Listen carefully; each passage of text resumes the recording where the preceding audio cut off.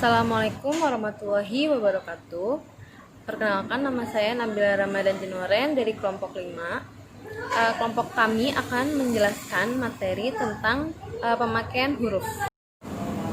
Huruf merupakan satuan terkecil berupa bentuk atau lambang dari suatu sistem tulisan. Nah, huruf yang dipakai dalam bahasa Indonesia itu merupakan sistem 26 huruf yang berupa alfabet. Nah, fungsi huruf itu digunakan untuk membentuk kata sehingga memiliki arti dan dapat mewakili sesuatu yang ingin disampaikan. Huruf juga merupakan sebuah komponen yang dapat membantu manusia dalam berkomunikasi antara satu dengan yang lainnya. Banyak di antara kita yang sering meremehkan penggunaan kata dan huruf. Padahal itu sangat penting dan mempengaruhi kualitas dari bacaan yang kita buat. Oleh karena itu, kelompok kami akan menjelaskan sebuah materi tentang pemakaian huruf. Saya akan menjelaskan tentang huruf vokal dan huruf abjad. Huruf abjad adalah suatu kumpulan huruf berdasarkan urutan yang umum atau baku. Abjad yang digunakan dalam ejaan bahasa Indonesia terdiri dari 26 huruf, yaitu A, B, C, D, E, F, G, H, I, J, K, L, M, N, O, P, Q, R, S, T, U, V, W, X, Y, Z. Huruf vokal. Huruf vokal adalah bunyi ujaran akibat adanya udara yang keluar dari paru-paru, tidak terkena hambatan atau halangan.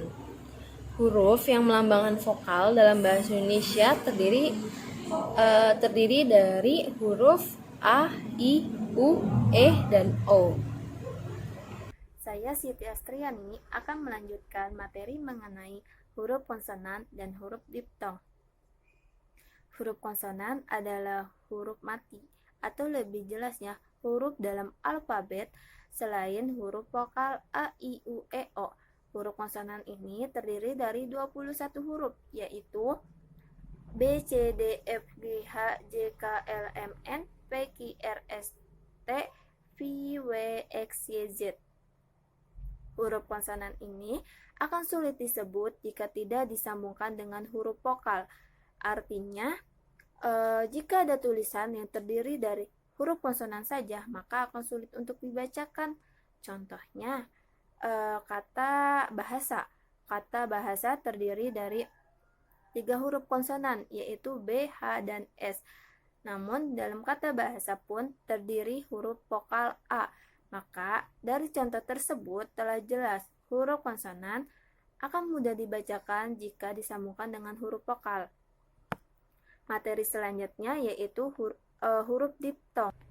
Huruf diptong merupakan huruf yang terbentuk dari hasil penggabungan 2 huruf vokal yang menghasilkan satu bunyi huruf vokal yang baru.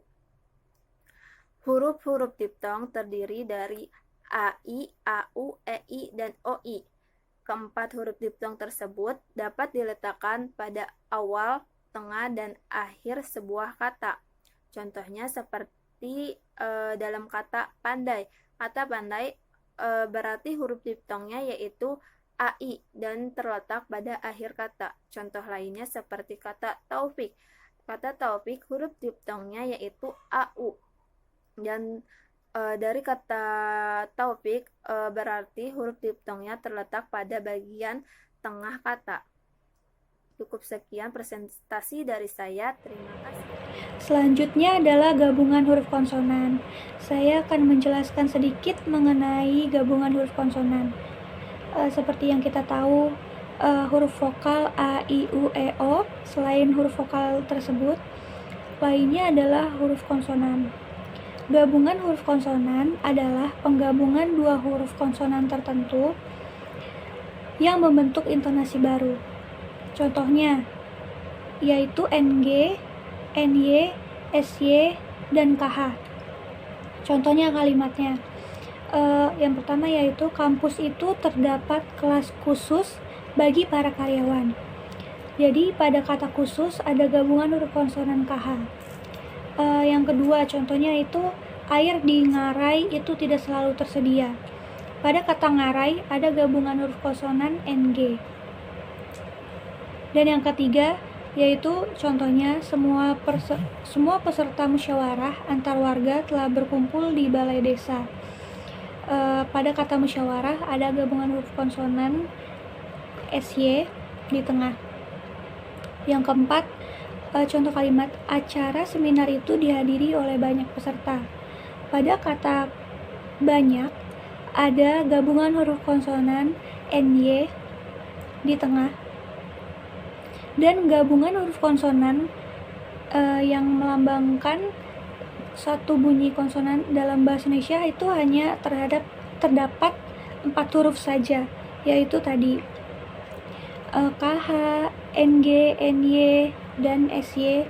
Selain keempat gabungan huruf konsonan tersebut, bisa dipastikan bahwa itu merupakan kata yang tidak baku. Contohnya SH, TH, ZH, dan lain-lain. Saya akan menjelaskan materi selanjutnya, yaitu huruf kapital. Apa sih yang dimaksud dengan huruf kapital? Huruf kapital adalah huruf yang berbentuk khusus, yang berukuran besar dari huruf biasa.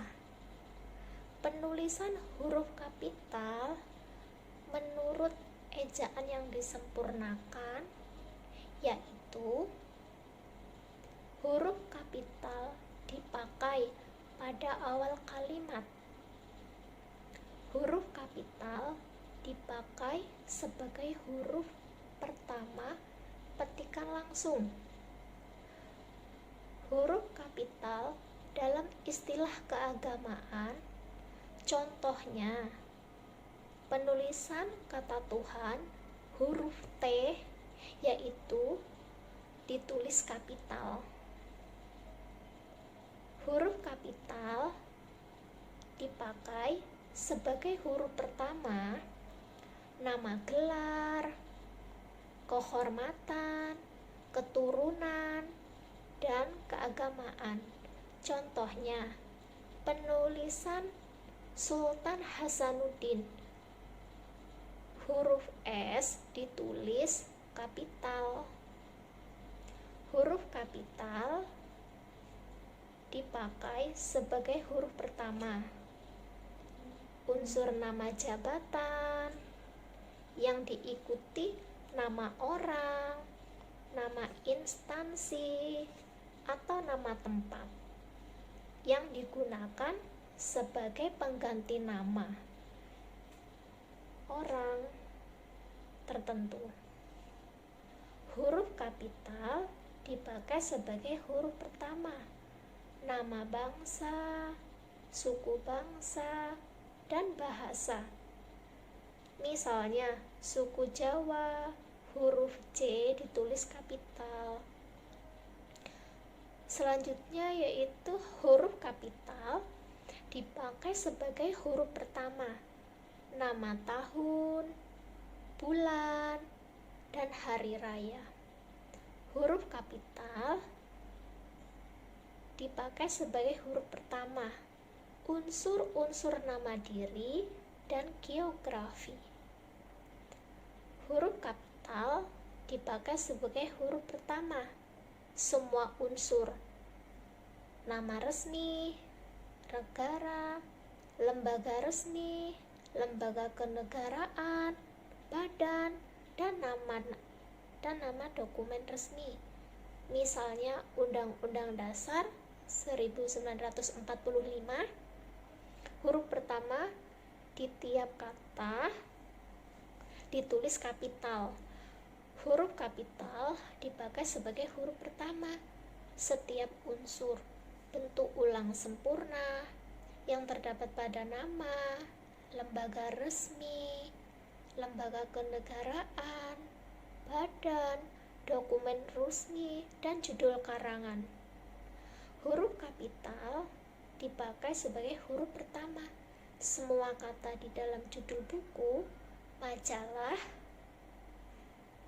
surat kabar, dan makalah, kecuali kata tugas seperti di, ke, dari, dan. Huruf kapital dipakai sebagai huruf pertama unsur singkatan nama gelar, pangkat, dan sapaan yang digunakan dengan nama diri. Huruf kapital dipakai sebagai huruf pertama kata penunjuk hubungan kekerabatan seperti bapak, ibu, kakak, adik, dan paman.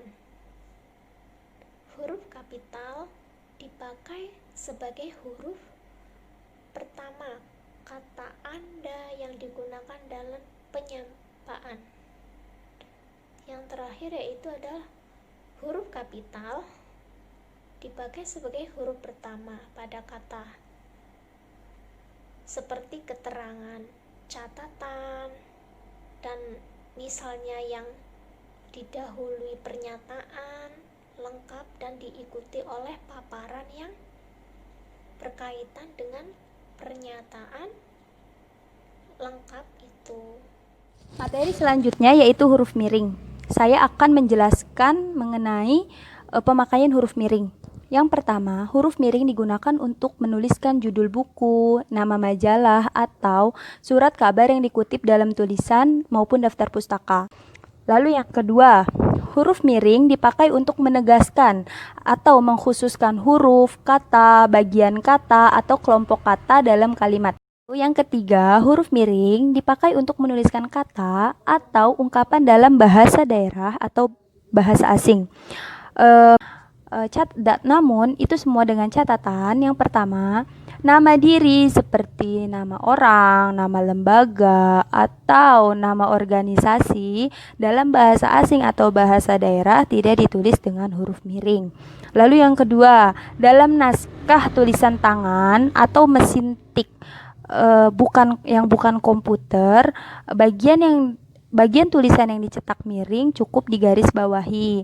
Lalu yang ketiga, kalimat atau teks berbahasa asing atau berbahasa daerah yang dikutip secara langsung dalam teks berbahasa Indonesia ditulis dengan huruf miring. Cukup sekian dari saya, akan dilanjutkan oleh rekan saya. Terima kasih. Huruf tebal. Huruf tebal dapat dipakai untuk menegaskan bagian tulisan yang sudah ditulis miring. Contohnya seperti huruf D dan H pada kata Ramadan tidak terdapat dalam ejaan bahasa Indonesia yang disempurnakan. Yang kedua, kata E dan T dalam ungkapan oral et labora yang artinya dan. Dalam catatan, huruf tebal tidak dipakai untuk menegaskan dan khususkan huruf, bagian kata, dan kelompok kata dalam kalimat. Yang kedua, huruf tebal dapat dipakai untuk menegaskan bagian-bagian karangan seperti judul buku, bab, dan subbab. Contohnya ini seperti ini. Huruf tebal contohnya 1.1 latar belakang dan masalah, 1.1.1 latar belakang, 1.1.2 masalah, 1.2 yaitu tujuan. Dan terima kasih.